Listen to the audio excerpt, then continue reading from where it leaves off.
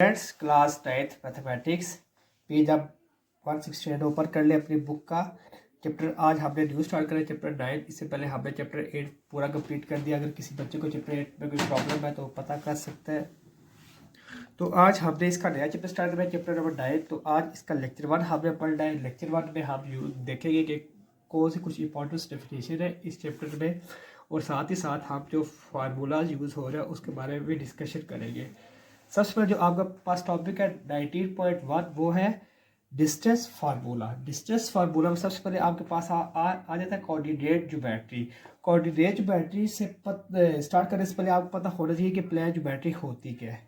तो सबसे पहले मैं आपको डेफिनेशन लिखवाता हूँ प्लेन ज्योमेट्री के। What is plane geometry?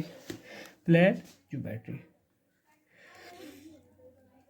Plane geometry, इसके बारे में डिस्कस करता हूँ। तो प्लेन ज्योमेट्री आपके पास होता है the study of geometrical shapes in a plane. The study of geometrical shapes in a plane, in a plane. जब हम ज्योमेट्री की शेप को स्टडी करते हैं इन प्लेन, उसको हम कहते हैं प्लेन ज्योमेट्री। नेक्स्ट आपके पास आती है कोऑर्डिनेट ज्योमेट्री। अब कोऑर्डिनेट ज्योमेट्री ऐसी होती है जिसको हम कार्टेशियन प्लेन में डिस्कस करते हैं। जैसे आपको पता है कि 4 कोऑर्डिनेट्स होते हैं जो कि 2 परपेंडिकुलर लाइन्स ड्रा करने से बनते हैं जो इंटरसेक्ट करते हैं एट ओरिजिन। तो सबसे पहले आपको मैं डेफिनेशन लिखवा देता हूँ कोऑर्डिनेट ज्योमेट्री की।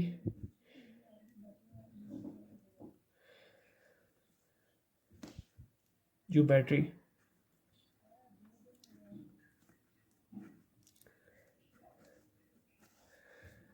the study of geometrical shape in a Cartesian plane. The study of geometrical shape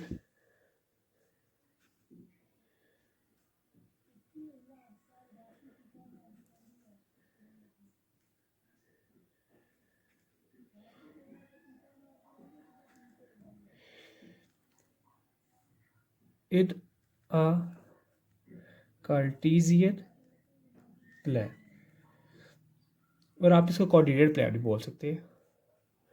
next ये आपके पास डेफिनेशन होगी। इसके बाद आपके पास डेफिनेशन है कि आपके पास एक्सिस क्या होती है। एक्सिस ऐसी चीज़ होती है जो कि जनरेट होती है जब 2 परपेंडिकुलर लाइन्स इंटरसेक्ट करें। तो नेक्स्ट आपके पास डेफिनेशन है एक्सिस की। एक्सिस की आपके पास डेफिनेशन है a plane is divided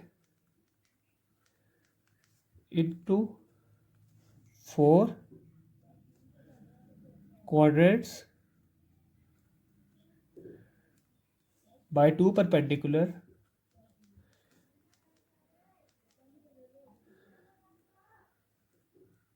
lines called the axis, called the axis intersecting at origin. At origin. तो आपने ये तीनों डेफिनेशंस जो है वो प्रॉपर याद कर लेनी है, अपनी कॉपी पे भी, नोट कॉपी पे भी लिख लेनी है, क्योंकि इस चैप्टर में ये बहुत इंपॉर्टेंट है एग्जाम्स पॉइंट ऑफ व्यू से। तो जो हमारा नेक्स्ट टॉपिक है वो हमने करना है फाइंड डिस्टेंस फार्मूला। क्या आपके पास डिस्टेंस फार्मूला होता है? मैं आपको डिस्टेंस फार्मूला लिखवाऊंगा, देन हम इसके कुछ एग्जाम्पल भी आप सॉल्व आउट करेंगे। देखते हैं कि डिस्टेंस फार्मूला होता है क्या आपके पास। डिस्टेंस फार्मूला, डिस्टेंस फार्मूला आपके पास है d is equal to square root x2 minus x1 का whole square plus y2 minus y1 का होल स्क्वायर। ये होता है आपके पास डिस्टेंस फार्मूला। और आपको बात एक हमेशा याद रखें, जो d होगा वो ऑलवेज ग्रेटर देन क्या होगा? 0 होगा। ऑलवेज, हमेशा जो d होगा वो आपके पास ग्रेटर 0 होगा। तो अब आपने इसका यूज़ पढ़ना है। इसका यूज़ हम एक दो एग्जाम्पल सॉल्व आउट करते हैं, देन हमें पता चल जाए कि ये यूज़ कहाँ पे होता है। एग्जाम्पल आपके पास 1 है,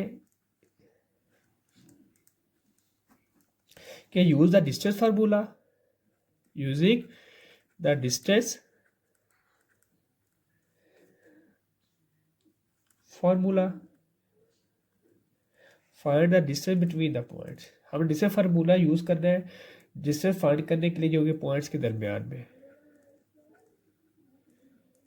बिटवीन द पॉइंट्स।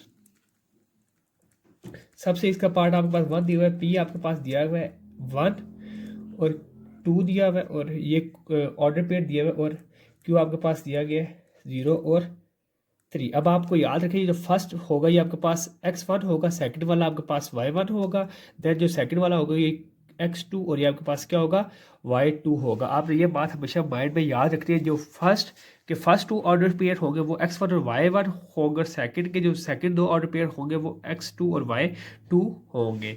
तो हम इसमें डिस्टेंस फार्मूला लगा लेते हैं। आपको पता है ये पी क्यू दिया हुआ है आपके पास, आपने इसका डिस्टेंस फर्क करना है, ये आपके पास क्या होगा x2 माइनस x1 का whole square plus y2 minus y1 का होल स्केयर। तो आप देख रहे हैं इधर जो आपके पास वैल्यू है x2 की वो आपके पास 0 आ रही है, 0 माइनस 1 का होल स्केयर प्लस 3 माइनस 2 का होल स्केयर। अब 0 माइनस 1 का होल यानी कि माइनस 1 का होल स्केयर आ गया और प्लस 1 का क्या आ गया होल स्केयर आ गया, तो माइनस 1 का होल स्केयर 1 आ गया, 1 प्लस 1 क्या आ गया 2 आ गया, तो आपके पास अंडर रूट 2 ये आ गया। अब इसका सेकेंड पार्ट आपके पास गिवन है जो कि आपके पास दिया गया एस और टी। एस आपके पास दिया गया -1 और 3 एंड आर आपके पास दिया गया 3 और -2। इस पे आप डिस्टेंस फार्मूला लगा लें तो आपके पास इक्वल होगा। सॉल्यूशन हम इसका स्टार्ट करते हैं। तो एस और आर दिया गया तो आपको पता है फार्मूला जो है आपके पास होता है x2 माइनस x1 का whole square plus y2 minus y1 का होल स्केयर। ये आपके पास आ गया x2 आपके पास दिया गया 3 माइनस इंटू -1 का होल स्केयर प्लस y2 आपके पास दिया गया -2 का होल -3 का होल स्केयर। ये आपके पास इक्वल आ गया 3 + 1 4 का होल स्केयर आ गया, और ये आपके पास 5 का क्या आ गया होल स्केयर आ गया। तो 4 का होल स्केयर आपके पास 16 होता है, 5 का होता है आपके पास 25 होता है, तो ये आपके पास 41 आ गया। नेक्स्ट आपके पास इसका थर्ड पार्ट दिया है जो कि आपके पास दिया गया पी की यू की वैल्यू आपके पास 0 और 2 दी गई है, एंड वी की वैल्यू आपके पास -3 और 0 दी। ये आपको पता है जो आपके पास डिस्टेंस फार्मूला होता है वो इक्वल होता है अब आपके under root x2 minus x1 का whole square plus y2 minus y1 का होल स्केयर। ये आपके पास फर्स्ट वैल्यू ये x1 होगी, ये y1 होगी, और ये आपके पास x2 होगी, और ये क्या होगी आपके पास y2 होगी। तो आप इस पे डिस्टेंस फार्मूला अप्लाई कर लें। तो आपके पास आ गया इसका जो सोल्यूशन है -3 माइनस 0 का होल स्केयर प्लस 0 माइनस 2 का होल स्केयर। देन आपको पता है 0 गया तो -3 का ही होल स्केयर आ गया, और इधर क्या आ गया -2 का क्या आ गया होल स्केयर आ गया। तो -3 का होल स्केयर आपके पास क्या होता है 9 होता है, और क्या होता है 4 होता है, तो आपके पास अंडर रूट